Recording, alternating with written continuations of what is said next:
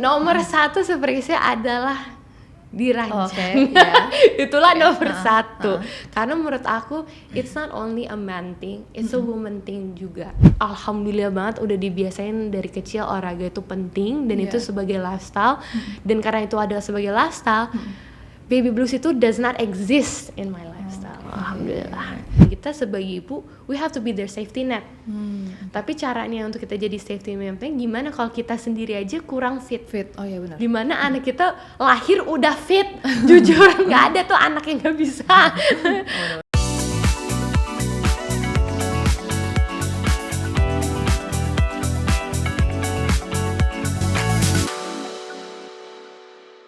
Selanjutnya kita bahas soal olahraga nih. Jadi cara kamu buat mencegah depresi pasca melahirkan gitu ya. Kenapa akhirnya kamu memilih olahraga ini sebagai cara untuk biar nggak PPD gitu? Itu karena emang kegemaran kamu sama olahraga atau based saran dari dokter atau coach kamu? Sebenarnya itu ada salah satu saran dari dokter. Dokter pasti udah ngomong sama setiap moms bahwa nanti kalau habis lahirin coba nyari kegiatan yang bagus untuk mental dan fisikal. Karena kita sebagai manusia mau gimana juga selama kita happy dengan badan kita, iya benar. Kan otomatis ya kita benar. langsung kayak kayaknya bagus di badan, kayaknya aku kayak tegas nih, kok sehat ya. Tapi jujur menurut aku olahraga tuh penting banget kalau kita sebagai ibu yang megang anak, karena it's not safe menurut aku kalau anak kita di mana super aktif, tapi kita ibunya nggak bisa aktif, karena kita nggak sehat, badan kita berat, atau kita jadinya gampang lemas, gampang capek. Can you imagine kita lagi di luar di sebelah jalanan deh, anak kita lari terus kita nggak sempet kekejar karena kitanya badannya nggak sanggup gitu kan. Anak kita yang tadi lagi lari, kalau kitanya lari ini cukup kenceng, dia mungkin nggak jatuh gitu kan. Atau dia minta diangkat terus kita nggak bisa ngangkat dia, tapi dianya lagi lemes, dimana dia capek gitu kan. Dan kita sebagai ibu, we have to be their safety net. Tapi caranya untuk kita jadi safety net gimana kalau kita sendiri aja kurang fit? Oh iya benar. Dimana anak kita lahir udah fit, jujur nggak ada tuh anak yang nggak bisa. Anak kita kan pasti lahir kan fit, dimana dia lari kenceng sekenceng-kencengnya, dan dia lagi perkembangannya fisiknya kan lagi luar biasa ya kalau anak itu ya, dimana dia lagi eksplorasif banget, dia lagi pengen climbing, dia lagi pengen loncat, dia pengen lari, dia pengen ini, tapi kita sebagai ibunya nggak sanggup untuk ngejar. Itu bahaya. Jadi for me ya, not only ini postpartum yang aku mikirin, tapi juga safety of my kids. Aku mau be fit enough dimana kalau anakku gimana aku tuh sanggup untuk selamatin ya. Dan itu aja udah cukup untuk postpartum aku. Jadi aku ngerasa kayak dengan aku fit, I can keep my kids safe, itu udah buat aku happy. Nah, olahraga yang postpartum ini yang menurut aku paling bagus adalah sesuatu yang accessible ya untuk kita. Jadi moms jangan maksain nyari sports di mana kayak ngeribetin kita diri juga sendiri, ya kan. Nah, kalau aku gym, kenapa? Yaitu lokasinya indoor, dia ada waiting room di mana anak aku bisa tunggu di waiting room, dan tempat gym yang aku milih ini adalah area di mana untuk aku tempat hangout. Jadi aku nyari gym di mana aku tahu kalau setelah gym atau sebelum gym aku bisa iseng DM teman, WA teman, karena itu area nih kita banget. Dan aku tahu mereka pasti ada di situ juga. Kayak yuk abis nge-gym aku mau makan, yuk sebelum gym gue mau ngopi, yuk gitu loh. Jadi aku kasih tips ya, cari olahraga yang setelah abis lahir ini yang accessible untuk banyak hal. Satu, arah jalan kamu on the way mungkin ke sekolah, atau mungkin on the way deket rumah, jadi nggak terlalu susah untuk bolak-balik. Atau ini area tempat hangout kamu sama teman-teman, jadi easy gitu loh dibuatnya. Jadi schedule-nya bisa dipadetin gitu. Nah, aku ngangkat beban, of course ini postpartum. Kenapa? Kita kan mungkin ada lelah, tapi lelahnya ini lebih ke anger, mungkin ya kayak frustrasi atau apa. Daripada itu ke arah lempar panci ya kan? Atau lempar buku gitu kan, ngangkat beban aja coba. Karena itu keluar banget itu energinya gitu. Sometimes Melampiaskan ya. sometimes kita moms itu harus lampiasin ke sesuatu, dan jujurnya olahraga is number one dan paling safe dan jauh dari anak. Iya benar. Karena Jadi kayak me time juga nggak sih? Ya. Me time banget. Tapi alhamdulillah me time aku maupun aku tetap DBF di mana aku nge-gym ini tetap ada Masai. Aku nggak ngerasa masa ini nyusahin aku gitu loh, karena ngangkat beban itu selama 1 jam itu capek ya. Iya, Jadi bener, dengan Masai aku kayak sorry coach, etem dulu. Dimana coach kayak ada alasan. Jadi aku mau lihat positifnya banyak ya dengan ada masa yang tadinya aku cuma dikasih break 1 menit, breaknya bisa 5 menit, bisa 10 menit. Makanya coachnya suka dari jauh suka kayak dia sebenarnya lapar atau enggak sih? Lapar. Tuh. Curi-curi alasan. Jadi I have to say postpartum itu adalah yes, for me the best way adalah tuh olahraga. Apalagi aku sesuainya posisinya accessible banget, dan olahraga yang aku milih itu juga accessible banget, dimana nggak buat aku sweating atau buat aku jadi susah. Karena jujur aja kita sebagai moms, apalagi aku juga career mother, kita schedule padat ya. Nah gym ini karena di bawah AC, jadi aku nggak keringetan. Dengan aku langsung ganti baju langsung lanjut aja masih sanggup aku. Jadi yes, definitely aku semenjak ever since punya anak pertama, anak kedua, aku lanjutin olahraga terus. Itu tuh ngebantu banget untuk nggak pernah kena baby blues. Alhamdulillah sampai sekarang aku nggak pernah tuh rasain baby blues. Jujur aja aku dengar banyak cerita baby blues, amit sih kayak iya benar-benar serem banget ya dengar ceritanya. It sounds so scary, dan aku alhamdulillah banget udah dibiasain dari kecil olahraga itu penting, dan itu sebagai lifestyle. Dan karena itu adalah sebagai lifestyle, baby blues itu does not exist in my lifestyle. Alhamdulillah. Nah, kamu tuh olahraga setelah melahirkan itu dari berapa bulan setelah melahirkan gitu? Nah, aku tipnya biar bisa cepet balik olahraga itu karena selama aku hamil tuh aku tetap olahraga. Tapi itu aku cek dulu ya sama dokter ya. Iya, benar, karena setiap kehamilan ibu-ibu tuh beda-beda. Aku mengerti nggak semua tuh sanggup. Sama. Jadi harus tetap cek sama dokter. Tapi yang aku tahu adalah selama tuh olahraga yang kamu lakukan sebelum hamil, seharusnya selama hamil tuh masih bisa dilanjutkan. Yang nggak boleh itu adalah sebelum itu kamu nggak pernah olahraga itu, mendadak pas hamil, gue mau coba deh, dubrak, badannya shock sakit gitu. ya. Jadi aku selama hamil aku tetap olahraga, maka aku abis lahirin maupun aku sesar, aku tuh recovery jauh lebih cepat. Karena badannya itu recovery lebih cepat, karena muscle-nya, memorinya masih bagus banget. Dan jadi badannya cepet untuk karena badannya juga minta. Yang tadinya hamin 3 hari, cuman hamin 3 hari sebelum aku lahirin aku masih ngangkat beban. Jadi abis lahirin badannya kayak dia ngangkat beban karena kita kan minggu lalu baru ngangkat beban gitu loh. Karena badan ini sangat-sangat konsisten. Jadi kalau mendadak dia hilang terlalu lama, badannya malah craving. Jadi badan aku sempat craving. Jadi maupun aku habis sesar, aku udah balik ke gym itu cuman 1 bulan. 1 bulan setelah yes. Dan kamu kan sesar kan ya? Sesar. Maksud aku tuh kayak ngangkat beban itu kan sesuatu yang berat ya. Itu kamu berapa kilo sih bebannya? Nah, tapi aku harus sesuaiin dulu. Jadi bukan aku balik langsung ngangkat 40 kilo gitu kan. Enggak, jadi aku mulai di 10 kilo. Tapi at least konsistensinya masih ada. Jadi badannya tuh masih nyaman dan cravingnya tuh hilang. Kalau enggak badan aku bisa stres. Sakit juga. Jadi obviously aku pas balik itu bukannya langsung ngangkat 40 kilo terus main perut, enggak. Perutnya aku berhenti dulu, aku tuh baru main perutnya baru 1,5 bulan.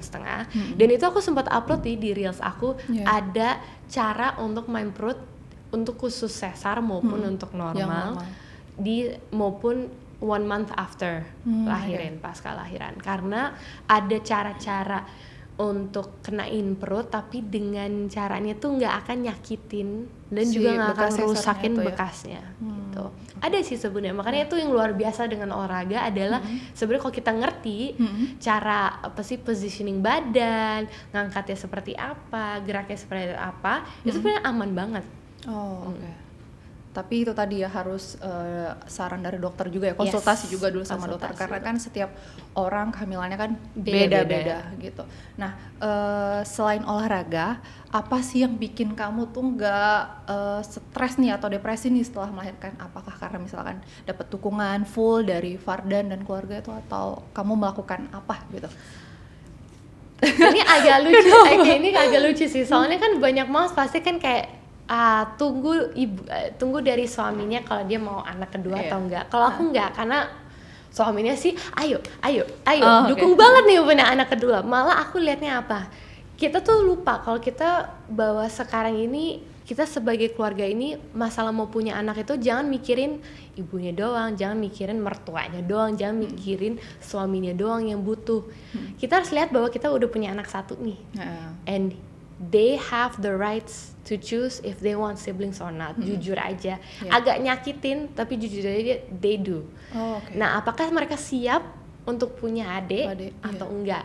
Dan aku decided aku akan put it on ACE. Oh, jadi kamu Jadi- nanya ke ACE yeah. dulu. Jadi aku bilang sama Fardan, nanti kalau kita udah punya anak satu, aku juga emang pengen sebenarnya. Aku sebenarnya pengen punya 3. Oh, oke. Tapi aku akan selalu nanya anaknya. Nah, siapa Karena yang akan nyusahin aku bukan aku atau bukan suami, pasti anak ya kan. Dimana kan nanti ada sibling rivalry atau Iya, mungkin benar. anaknya jadi mendadak jadi cranky selalu karena dia sebenarnya nggak mau punya adik, dia ngerasa ibunya diambil gitu Iya. kan. Jadi aku decided aku akan nanya dulu ke anaknya. Makanya kalau orang nanya kok jaraknya jauh banget, ya karena aku nungguin anak. Aku nungguin Ace dulu. Jadi baru tahun lalu mendadak Ace bilang, "Oke, mama aku siap." Karena aku selama Ace dari kecil sampai gede, aku kasih tahu dia jelek-jeleknya punya adik adik itu tuh seperti kayak apa. Aku Ya, udah bilang, benar. "Kamu harus sharing. Benar. Kamu harus ngalah sesering-seringnya. Kamu akan kehilangan momen dari mama tuh pasti banyak. Apalagi karena mama ini oke. breastfeeding. Jadi mungkin kita main mendadak adiknya kamu nangis, I'm so sorry, I have to stop. I have to stop playing with you, I have to walk away, I have to netain dulu anaknya. Atau mungkin anaknya cranky atau ada masalah atau apa, mungkin I have to stop talking to you and I have to handle adik Adik kamu kamu. dulu. Jadi aku kasih tahu semua jelek-jeleknya dulu. benar-benar. Di mana jadi dia, oh aku nggak mau punya adik, nggak mau punya adik, Oke. gitu kan. Dan dia untungnya punya sepupu-sepupu, dimana sepupu-sepupunya banyak yang kecil. Dari situ aja dia udah berasa, Iya, wah susah banget ya tahu tuh dia Iya. punya adik. Emang susah. It's very difficult karena Iya, kamu harus udah lumayan mendewasa kalau kamu mau punya adik, Iya, kamu benar. sendiri udah harus mengerti bahwa kamu harus sering ngalah. bukan cuman soal tentang kamu doang. Bukan, doang, ya. Now I have to bagi. Your Yeah, dad juga sure. harus dibagi. Nah, I have to ask you, are you ready or not? Dan dia dari kemarin bilang enggak. Tahun lalu dia langsung dudukin aku, mama aku mau punya adik. Aku kayak, are you sure? Gitu kan, bener. Apa yang membuat Ingat dia nggak? Terus dia tiba-tiba? bilang, enggak mama, aku ngerti, aku harus ngalah. Aku ngerti mama jadinya sibuk sama adik. Nggak apa-apa karena Ace ini udah punya banyak temen. Oh, karena dia punya teman. Dia Ya, karena bilang, dia udah sekolah ya. "Ah, Usianya berapa pada saat itu? Sekarang dia 6. At that time dia 5. Oh, 5. Oh, oke. Dimana sekolahnya udah Monday to Friday dan dia full Oh, dari pagi oke. sampai Iya, sore iya, dan iya. dia banyak les juga kan, Kegiatan. kegiatan. Terus dia bilang nggak apa-apa mama, aku ngerti. Jadi dengan dia udah kasih tahu dia ngerti dan aku nanya, benar kamu inget nggak apa sih minusnya kalau punya adik? Oh di satu persatu dia ngomong.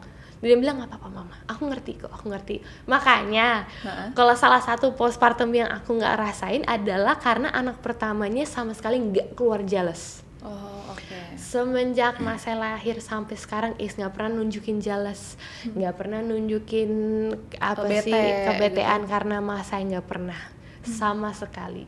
Jadi itulah menurut aku salah satu tip untuk nggak punya Nggak postpartum. depresi, itu tadi. Kalau anak pertamanya emang siap, jujur. Kalau anak pertama siap punya adik, pasti kita sebagai ibunya bebannya hilang banget. Dan kesiapan itu butuh dia harus paham dulu Yes, dan menerima paham. dengan si Iya, dan kita lapang dada. dan kita sebagai ibu juga harus mengerti bahwa Iya. ada caranya juga sih. Kayak maupun aku udah kasih tahu kejelekan, bukannya mendadak aku jadi seenaknya juga enggak. Masa ini kan kondisinya masih bayi. Iya. Jadi dia masih kurang mengerti, dia cuma ngertinya adalah Nenek tidur, pup, nenek tidur, udah ya kan. Jadi dan main sama dia hahi-hahi aja cukup. Nah, sini yang masih butuh banyak ya kan. Jadi kita sebagai ibu tetap harus realize bahwa bukan bayinya loh yang kita harus utamain. Tetap anak pertama yang kita harus utamain. Bayi ini nanti aja. Nanti kalau dia udah 1 tahun, anaknya juga yang paling besar udah ngerasain, udah dapat proses dari yang tadinya only child mendadak have a sibling, itu lumayan dalam 1 tahun dia dapat prosesnya lebih santai dan slowly, jadi lebih enak. Oke. Nah, bicara soal olahraga tadi, sebenarnya Fardan itu emang fully mendukung kamu untuk olahraga. Dia ada nggak sih kayak misalkan kamu nggak boleh olahraga ini, nggak boleh kayak ngasih batasan gitu? Dukung banget. Okay. Karena Fardan ini untungnya tipenya emang sangat-sangat body. I'm not gonna lie.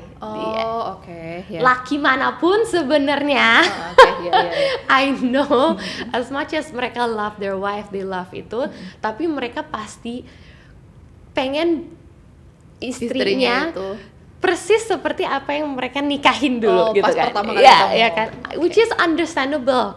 Mungkin banyak moms akan, aduh, Michaela jangan ngomong gitu. Tapi anak udah pasti bohong, aku nggak akan bohong karena kita sebagai istri juga sama, ya kan? Ini makanya aku kesel banget sama suami aku.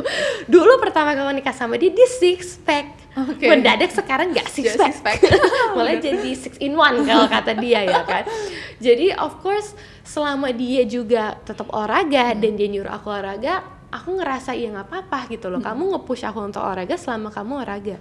Dia olahraga, dia aku lihat emang coba semampu-mampunya dia untuk olahraga. Alhamdulillah sih lainnya bagus. Dia selama pakai baju, kok kalian di social media bagus-bagus aja ya badannya. Tapi pas coba seru dia, angkat dikit itu atasannya, bar, tahu-tahunya ada sih perut dikit itu. Karena mau gimana juga, aku nemu Fardan ini, masa aku sama Fardan ini ketemunya itu di gym. Jatuh cinta ini di gym, ya kan. Ajak nikahnya di gym, ya kan. Jadi mohon maaf nih gitu kan, hidupnya semua ada di gym, serba dari gym. Aku ekspektasinya seumur hidupnya akan di gym, harus ada gym di hidup kita sebagai lifestyle. Jadi dengan dia support aku pasti support balik. Jadi of course sebagai suami sama istri, kalau kalian mau nge-push istri untuk nge-gym, ya kalian juga harus nge-gym.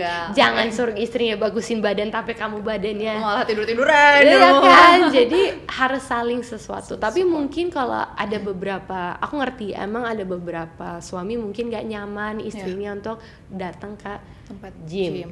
Ya udah nggak apa-apa, belilah alatnya dong di rumah, kasihlah mat, dan kamu juga melakukan olahraga di rumah. Tapi nggak apa-apa kalau suaminya mau olahraga di luar, tapi di rumah pun yuk buat partnership di rumah biar istri kamu termotivasi. Atau kamu ambillah PT cewek, bawalah ke rumah gitu loh. Kamu jangan sekedar ngomong doang nih gitu loh. Pengennya tuh kamu juga harus ada some sort of contribution kepada istri gitu. Tadi fasilitasin juga ya, harus fasilitasin. Nah, kamu tuh udah nikah sama Fardan tuh 9 tahun ya nggak sih? Iya, going 10. Gak berasa, jujur gak berasa. Rasanya tuh nikah di usia muda di 16 ya kalau nggak salah ya? 18. Ya, 18. Jujur aku berasa aku tuh kayak baru nikahnya tuh kayak berapa tahun yang lalu. Which is I love that aku ngerasanya seperti itu. Karena mungkin aku sama suami aku masih ngerasa di fase Lavi-davinya masih ada banget sih. Kalau orang bilang honeymoon ya, aku masih berasa masih di honeymoon phase maupun punya 2 anak. Tahun loh padahal ya. Terus gimana caranya kalian tetap sefrekuensi gitu? Nomor 1 sefrekuensi adalah dirancang. Itulah nomor 1. Karena menurut aku it's not only a man thing, it's a woman thing juga. Kita sebagai perempuan juga butuh kepuasan. Dan menurut aku kita paling susah. Laki tuh gampang ngepuasin diri, tapi perempuan itu susah. Maka Fardan ini alhamdulillah tujuannya nomor 1 selalu mau bantu ngepuasin aku dengan ngikutin apa yang aku mau, caranya aku mau kayak seperti apa, gimana, kapan. Karena ada beberapa laki tuh suka pagi-pagi, yuk ya gila kali ya pagi-pagi ya gimana kan lagi gak menurut aku tuh perempuan tuh pagi tuh enggak deh, apalagi kalau punya anak, ya kan, dimana kita lagi Udah ribet ribet, ya ya. kan, terus dia pagi-pagi dianya fresh, dianya kayak yuk, gila kali gila, mau jitak ya pagi-pagi ya. Dan alhamdulillah Fardan ini bisa ngesesuaiin, dia tahu kapan aku mau, kapan aku nggak mau, jadi dia nggak pernah maksain, kayak bisa bohong sih. Nomor satu cara untuk biar bisa begini adalah itu masalah ranjang, gimana juga. Baru kedua adalah respect. Kalau aku nggak respect dia dan dia nggak respect aku sebagai pasangan ya. nggak sebagai pasangan malah. Oh, oke. Menurut aku Jadi- salah. Kalau kita lihat kamu istri aku, Oh, oke. kamu suami aku, jadinya lihatnya kayak miliki. Aku tuh pengennya, aku sama dia selalu bilang kita tuh nggak saling miliki ya. Kita harus saling melihat respectnya sebagai kamu sebagai laki, Oh, aku oke, sebagai perempuan. Aku sebagai perempuan, saya butuh nih ini, aku maunya kayak gini, aku sukanya gini. Sama seperti dia.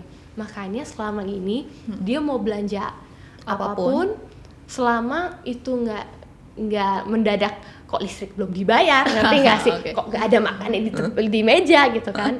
Aku Nggak masalah. nggak pernah nanya gitu loh. Mendadak ada burung kayak ada apa kan? Kita tahu ya. Iya benar. Belanjaannya Fardan tuh agak aneh ya, agak unik karena iya, itu iya. binatang. Dan jangan sedih, binatang itu harganya bisa seharga Hermes. Dimana itu terbang dan Mahal itu bisa banget. meninggal. Jadi mikir. Iya benar. Kalau mati tiba-tiba nyeseknya kayak apa? Kalau itu binatang bisa meninggal dan itu bisa terbang, bisa kabur dan harganya Hermes ya. Jadi kalau ditanya mau aku komplain bisa sebenarnya, tapi menurut aku gak akan aku komplain karena aku respect dia sebagai laki, Oke, dimana he has his own needs dan dia pun juga punya hobi. Jadi nggak apa-apa gitu loh, karena aku pun juga. Makanya si Fardan aja nggak pernah tuh nanya aku bawa pulang tas, dia nanya nggak pernah. Oke. Nah, cara ibu-ibu yang kalau suka ngumpet-ngumpetin paket, Barang. ya kan, barang, caranya adalah gitu. Kalau kamu nggak pernah komplainin suami kamu, dia harusnya nggak pernah komplainin kamu soal juga. Makanya menurut aku harus ada saling respect sebagai perempuan, dan laki-laki. sebagai laki-laki, bukan sebagai Sebagai pasangan. pasangan, ya, Kalau benar. sebagai pasangan jadi saling memiliki rasanya. Kamu kan istri aku, kamu harusnya begini, kamu semuanya, Iya, kamu iya, harusnya enggak. Jangan. Oke. You guys decided to get married with each other, dulu kalian tuh bukan saling miliki, nggak pernah saling miliki sebenarnya. Nih sebelum penutup, kamu mungkin ada yang mau disampaikan nggak ke mama dan papa di rumah, pesan dan kesan atau mungkin itu tadi tips untuk olahraga sebagai pencegahan depresi pasca melahirkan. Gitu. Silakan. Oke, menurut aku semua mommies daddies di luar situ, salah satu adalah kalian harus sekarang menurut aku duduk berkomunikasi, bukalah semua open questions yang mungkin kalian ngerasa agak ganjel mungkin di rumah, maupun masalah physical atau mental atau masalah your relationship as a whole di rumah, karena salah satunya olahraga pasti masuk. Mungkin kalian harus ngebahas, oh ya kita tahu-taunya butuh olahraga karena selama ini kalian mungkin mikirnya itu lebih ke fisikal. Iya. Tahu-taunya itu juga bisa ke mental. Mental. Dan yang aku kasih tadi tips and tricksnya ada banyak, nggak harus juga di luar, bisa di rumah. Tapi kalian berdua harus saling memfasilitasi mau gimana, seperti apa. And itu aja sih, mungkin moms and daddies jangan lupa bahwa prioritinya adalah kalian, karena anak itu akan happy selama ibu bapaknya punya relationship yang happy. Jadi jangan dikit-dikit mikirin anaknya doang, karena menurut aku nomor satu adalah relationship sebagai ibu, as a husband and wife. Itu adalah nomor satu, baru nanti anaknya pasti ke bawah gitu. We have to be the role models. How can anak kita be happy kalau ibu bapaknya nggak happy? Nggak happy, ya benar. Oke. Sekali lagi makasih banyak Mikaela udah mau ngobrol di sini bareng Pop Mama, dan makasih juga ini buat mama dan papa yang udah nonton. Jangan lupa like, comment, subscribe YouTube dan Spotify popmama.com. Sampai ketemu di episode selanjutnya. Dadah. Bye.